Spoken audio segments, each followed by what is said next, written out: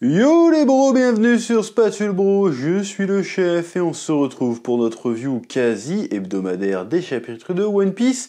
Aujourd'hui on va parler du chapitre 1121 qui, je le rappelle une fois de plus, est disponible également et gratuitement sur l'application de la Shueisha Manga Plus ainsi que sur le site de Glénat, Glénamax. C'est important de le préciser, et d'ailleurs c'est disponible le dimanche soir, hein.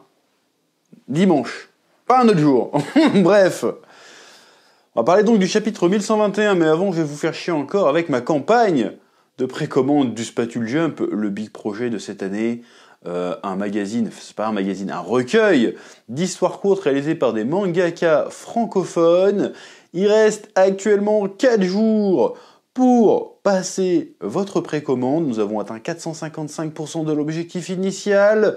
On approche les 3200 précommandes. C'est incroyablement incroyable. Le lien est dans la description et dans le commentaire épinglé. Dépêchez-vous vite. Oui. Bon, un chapitre 1121, qui est sympathique, qui finit un peu en espèce d'apothéose pour relancer une hype qui ne s'est jamais éteinte, mais quand même, on a enfin la conclusion, a priori, du discours de Vegapunk, de la vidéo de Vegapunk. Le bâtard, ça doit faire au moins 20 chapitres qu'il est en train de nous tenir la jambe à balancer des infos. Bon, ça fait quand même 5-6 chapitres qu'il a pu balancer de vraies infos. Hein. Il a dit des trucs qu'on savait déjà. Bon, on va dire qu'on va passer. Je plains vraiment ceux qui vont se taper ça en animé, hein, parce qu'ils vont faire ça ils vont faire durer ça. Si ça dure 30 chapitres en manga, je sais pas si ça dure 30 chapitres, mais ça dure plus de 10 chapitres, c'est sûr. En épisode, t'en as pour 6 mois. Là, ça va être les 5 minutes de Freezer, ça va être incroyable. Bref. Et en fait, le discours de Vegapunk finit sur juste... en gros, il a fait un remake de le One Piece existe, voilà. Hein, à chaque grande saga, j'ai une grande époque de One Piece, t'as toujours un petit rappel. Hein, le One Piece existe, hop, allez le chercher. Bon, par contre, ce qui est intéressant, c'est qu'on voit maintenant les différents prétendants au titre. Voilà, dans une double page qui restera sans doute dans les annales de One Piece. Évidemment, on voit Luffy, Shanks le Roux, Im-sama, Barbe Noire, évidemment. On voit Sabo, on voit, comment il s'appelle, Kobe, on voit Aokiji, on voit Baggy le clown, évidemment. Et lui, il va nous faire le clutch final, lui, je le sens, qui va arriver au One Piece. Parce que Vegapunk, il dit peut-être que Joy Boy, il a pas désigné, enfin, peut-être que celui qui récupérera le One Piece, ce sera pas forcément ce que pensait Joy Boy. Donc, tu sais, soit qu'il y a un plan derrière cette histoire. Donc, on se dit, peut-être que c'est un clin d'œil. Et en fait, c'est peut-être pas Luffy qui va trouver le One Piece. Bon, ça sera un peu fort de café, quand même, que ça soit pas Luffy qui trouve le One Piece, parce que ça va faire 30 piges, là, qu'on veut qu'il trouve le One Piece. Donc je pense que ça va pas être... on verra. Je pense que c'est juste pour nous mettre le doute, en fait, en réalité. Mais je pense que Baggy va créer la surprise dans tous les cas. Il y a qui d'autre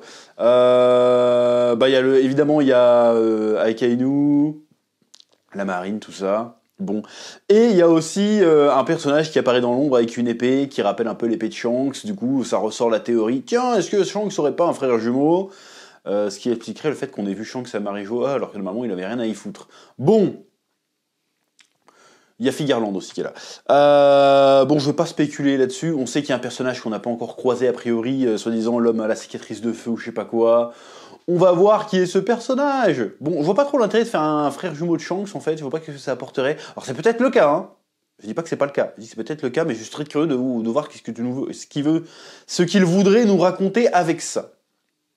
Voilà, en tout cas, le chapitre se finit quand même sur une double planche un peu stylée. On sent qu'on arrive à la fin d'un arc et que un nouvel arc va s'ouvrir après ce chapitre, très probablement. Et c'est fait de manière assez stylée. D'ailleurs, pendant son discours, la mise en scène nous met des petits indices. Quand il parle des armes antiques, il fait les armes antiques qui ont été conservées jusqu'à notre jour dans un but précis. Et là, tu vois qui ? Tu vois la princesse, j'ai oublié comment ça s'appelait, la princesse sirène géante là. Et tu vois Vivi. Donc, déjà, on savait que la princesse sirène c'était Poséidon, mais le fait que Vivi soit potentiellement une arme antique, je crois que c'est du domaine de la théorie, si je dis pas de conneries. Bon, théorie qui pourrait être validée, en tout cas, qui te donnerait un indice que ça serait peut-être probablement validé. On sait que Pluton se trouve à Wano, donc il nous manque Il y a Pluton, Poséidon et Uranus, je crois. C'est ça, hein? Donc Uranus, ce serait Vivi, ou lié à Vivi. On verra bien. En tout cas, j'ai bien aimé le petit clin d'œil. J'ai bien aimé qu'on voit aussi quand il dit oui, certaines races ont été, certains clans ou certaines races, on a tenté d'effacer certains clans, certaines races de la surface de la Terre. Et là, on voit les Bucaniers, on voit la meuf à 3 yeux, on voit les Lunaria. Donc tu te dis les personnages se disent peut-être que tout ce qu'on a subi a un sens quelque part, peut-être que tout ça est lié, peut-être que le One Piece c'est aussi la clé de ce mystère de pourquoi le gouvernement mondial essaye de nous éradiquer. Donc c'est très intéressant, comme d'habitude, évidemment. Oui. Bon, par contre, là je vais commencer à rouspéter, mais juste pour faire le casse-couille. Le chapitre précédent, on était sur un suspense de bâtard. On avait le robot géant Emmet qui allait faire un truc, probablement une dinguerie, en disant « Joy Boy, c'est maintenant que tu veux que je l'utilise, ce que tu sais ». Bon là, vraiment, c'est un truc d'auteur de dire... parce que le gars, il pense dans sa tête, personne ne l'entend, pourquoi il fait « ce que tu sais ».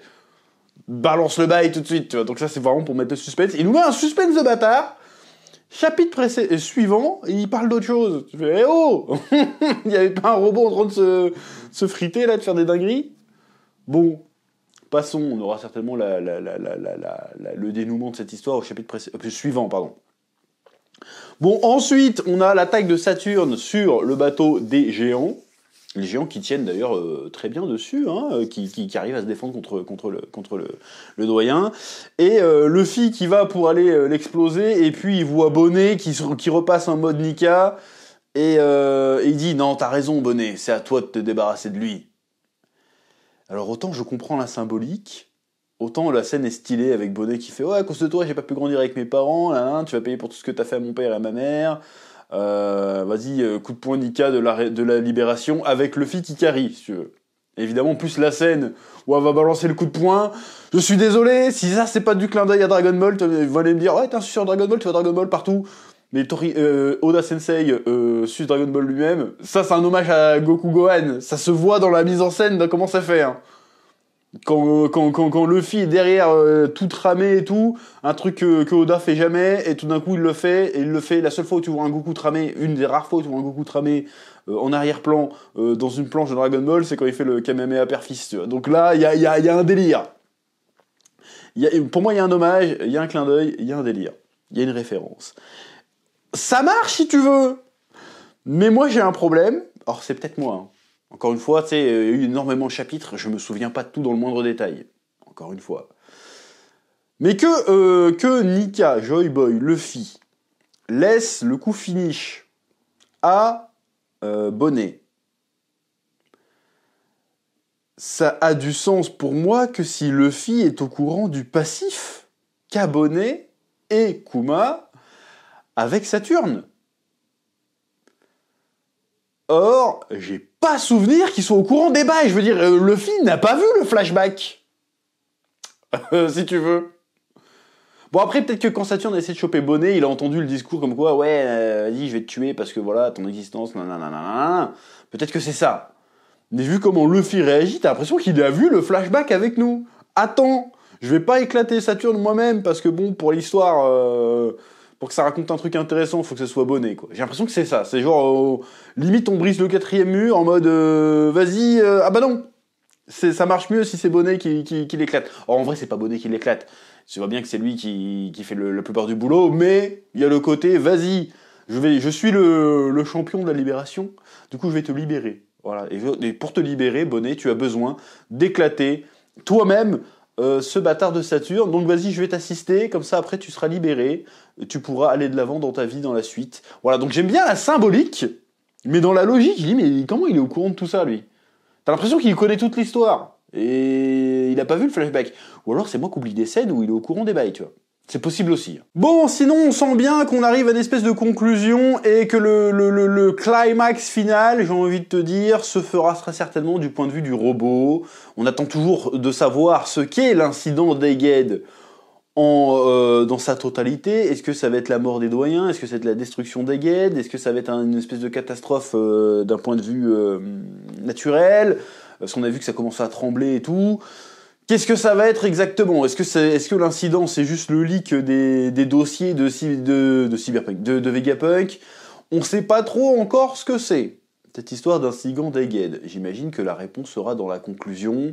Conclusion qui se promet d'être épique. Là, on voit que les chapeaux de paille sont enfin réunis a priori. Ils sont vraiment sur le départ. Le message de Vegapunk est a priori terminé. Les doyens sont éloignés. Ils ont donc les coups des franges, j'ai envie de te dire, pour se tirer. Probablement vers Elbaf. Donc là, vraiment, il n'y a plus qu'à mettre les voiles et à se tirer. On va voir si ça va être ça, et on va voir ce que ça va engendrer comme événement. Sachant qu'il y a plein d'interrogations qu'on a. Hein. Barbe Noire, on ne sait pas où il est, il me semble, par exemple. Ça se trouve, il va se pointer au dernier moment, il va faire une dinguerie. Ce serait pas la première fois, on ne sait pas, par exemple. Donc en tout cas, un bon chapitre, un très bon chapitre. La scène où Bonnet défonce Saturne était très très bien faite et assez lisible. Parce qu'il faut pas se cacher quand même, très souvent, Oda, c'est pas super lisible, encore une fois. Après, c'est peut-être mes goûts personnels, il y en a plein qui disent non, c'est super lisible. Bon, parce que vous lisez que One Piece. Lisez d'autres trucs, vous allez voir que c'est particulier quand même. Je dis pas que c'est mal fait, je dis que c'est quand même particulier le découpage d'Oda. Enfin bref. Il me semble que c'est à peu près tout ce que j'ai à dire sur le chapitre de cette semaine. Donc la review arrive un peu en retard, hein, parce que lundi j'étais occupé, j'ai dû aller à l'hôpital, j'avais une dent qui m'éclatait la gueule, donc j'ai perdu toute ma matinée à l'hosto. Mais bon bref, ça va mieux là, donc voilà. Donc, je vous laisse le soin de me dire ce que vous en avez pensé dans les commentaires, pouce bleu, like, abonnement, et je vous dis à très bientôt sur Spatule Bro pour de nouvelles vidéos. Oui.